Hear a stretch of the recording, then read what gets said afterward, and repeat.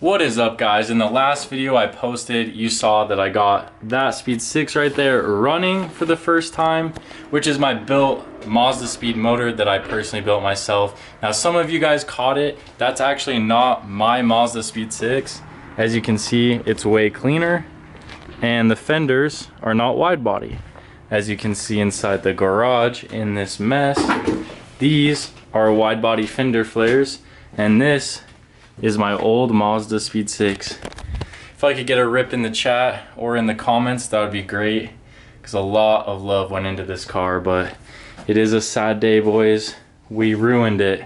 It is 100% my fault.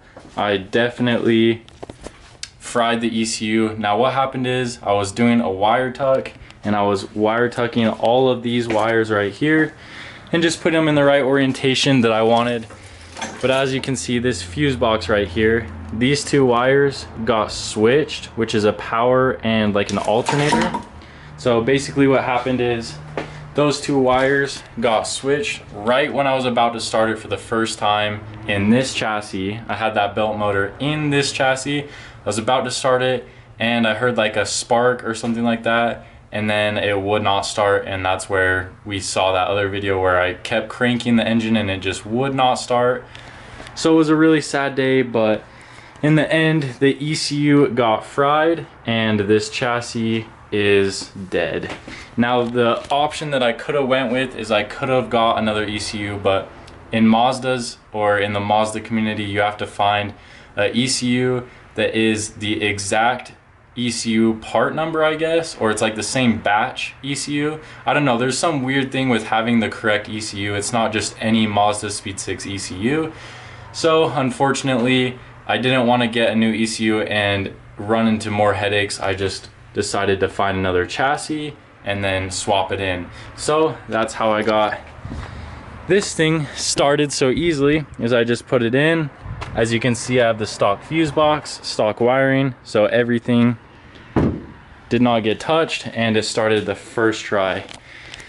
So as you guys saw in the last video, some of you caught it. It's actually a whole different chassis. Some of you thought it was still the same one, but we are onto a new chassis number 2, and I'm pretty excited, honestly. This one only has 100,000 miles versus this one that had 140. Now I'm going to be switching these seats and a whole bunch of other parts into this one. I just obviously wanted to get it running first so you guys could be happy and see the progress that I've done, but I'm super pumped to get this thing running. Basically what I have left is I need to do some suspension, because as you can see, this thing is freaking dumped. I don't know if you guys can tell, but that is the subframe and it is like on the ground. So let me show you the wheel fitment.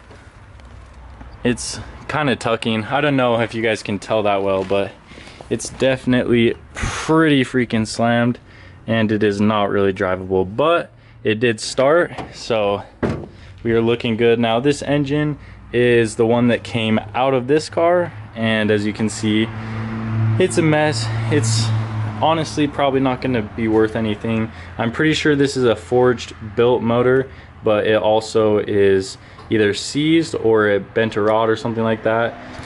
The last owner said that it had rod knock and said that it didn't run, so I didn't want to mess with that engine. I just pulled it, put in my good engine, and then tried to start it, and that's where we're at today. But I'm definitely going to be wire tucking like I did in this one. As you guys can see, I had this spot all clear and I had that spot all clear.